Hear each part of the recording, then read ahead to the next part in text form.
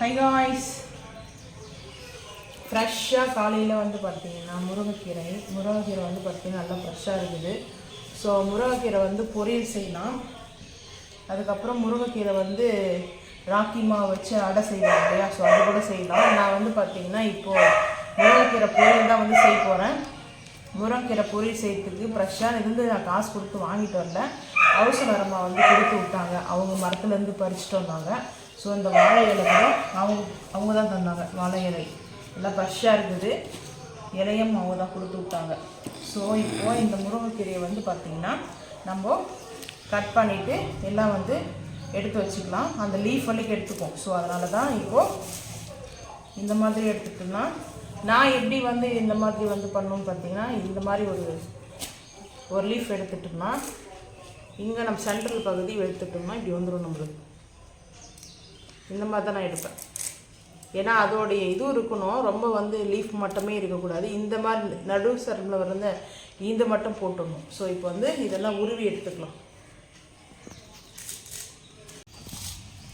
இப்போ வந்து பார்த்திங்கன்னா கீரையெல்லாம் நம்ம இந்த போல் வந்து எடுத்து வச்சுக்கிட்டோம். ஸோ இது வந்து எக்ஸ்ட்ரா 1-2 இருக்கும். ஆனால் இது வந்து பார்த்திங்கன்னா பொரியல் செய்யும்போது நம்ம வந்து கட் பண்ணிக்கலாம். இந்த மாதிரி வந்து எடுத்து போட்டுக்கலாம். ஸோ இப்படியே இருந்து சாப்பிடும்போது பார்த்திங்கன்னா தான் நல்லாயிருக்கும். ஸோ இந்த மாதிரி நான் வந்து க்ளீன் பண்ணிவிட்டு இதை வாஷ் பண்ணி எடுத்துக்கிறேன். ஸோ அது லீஃப்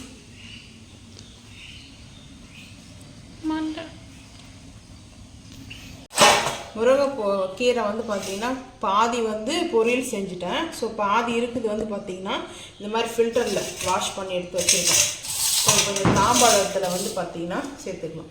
எதுக்காகனா இது கொஞ்சம் தண்ணியே தான் இருக்குது, தண்ணி இருந்தால் கூட பரவாயில்ல, வெயில் வச்சோமா நம்மளுக்கு காஞ்சிரும். ஸோ அதனால தான் இது வந்து முருங்கைக்கீரை வந்து பொடி வந்து செய்ய போகிறோம்.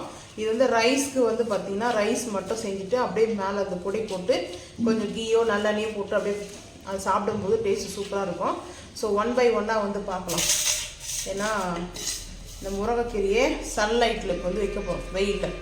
ஸோ நல்லா வெயில் காய்ச்சிட்டா 1 dayலே சரியாக போயிடும். ஸோ இது வந்து பார்த்திங்கன்னா கொஞ்சம் தண்ணி வாஷ் பண்ணிக்கிறதுனால 2 days ஆகும். 2 daysல வந்து பார்த்திங்கன்னா நல்லா க்ரன்ச்சியாக ஆகிடும். ஸோ க்ரன்ச்சியாக வந்துச்சுன்னா அதுக்கப்புறம் நம்ம வந்து பார்த்திங்கன்னா இந்த முருங்கைக்கீரை பொடி செஞ்சுக்கலாம். இப்போ வந்து பார்த்திங்கன்னா கொஞ்சம் போட்டிருக்கேன், ஆனால் கம்மியாக தான் வரும் வந்து பார்த்திங்கன்னா இது வந்து ட்ரை ஆச்சுன்னா. ஸோ இப்போ வந்து வெயிலில் வந்து வச்சுட்டு வரலாம் வாங்க. 2 daysல வந்து பார்த்திங்கன்னா நல்லா க்ரன்ச்சி ஆகிடுச்சு. பாருங்கள், நல்லா சவுண்டு கேட்கும். இப்படி நம்ம பவுட்ரு மாதிரி ஆகிடுச்சு பார்த்திங்கன்னா, நல்லா பவுட்ரு மாதிரி முறு நல்லா வெயிலில் காய்ச்சி. இதே வந்து தண்ணியில் நம்ம அலசி வைக்காமல் வந்து பார்த்திங்கன்னா ஃபஸ்ட் டே வந்து வச்சுருந்தோம்னா அந்த ஒரே நாளில் வந்து நம்மளுக்கு இந்த மாதிரி பொடியாக நல்லா தூள் ஆகிடும். ஸோ நம்ம வந்து வாஷ் பண்ணி தண்ணியோடு நான் வச்சுட்டேன். ஸோ ஃபில்டர் பண்ணி தான் வச்சேன். அதுக்கப்புறம் வந்து பார்த்திங்கன்னா 2 daysல அதுக்கப்புறம் நம்ம வந்து நாளைக்கு வந்து பார்த்திங்கன்னா இப்போ ஈவினிங் டைம் ஆகிடுச்சு. ஸோ டுமாரோ வந்து பார்த்திங்கன்னா நம்ம இந்த பொடி எப்படி ரெடி பண்ணுறது சொல்லிட்டு பார்ப்போம், மார்னிங் பார்ப்போம். ஸோ இதில் தான் நம்மளுக்கு வந்து இது க்ரன்ச்சியாக இருக்குது. நம்ம இந்த மாதிரி பண்ணி வச்சுருவேன். ஸோ அதுக்கப்புறம் நம்மளுக்கு சாம்பார் வந்து ரைஸ் வந்து போட்டுட்டு கூட சாப்பிட்லாம். இந்த ஈஸியாக இந்த பொடி நம்ம செஞ்சு வச்சிட்டோம்னா ரொம்ப ஹெல்த்தியானது. ஸோ நாளைக்கு இதை செய்கிற வீடியோ வந்து பார்ப்போம், வாங்க பார்ப்போம்.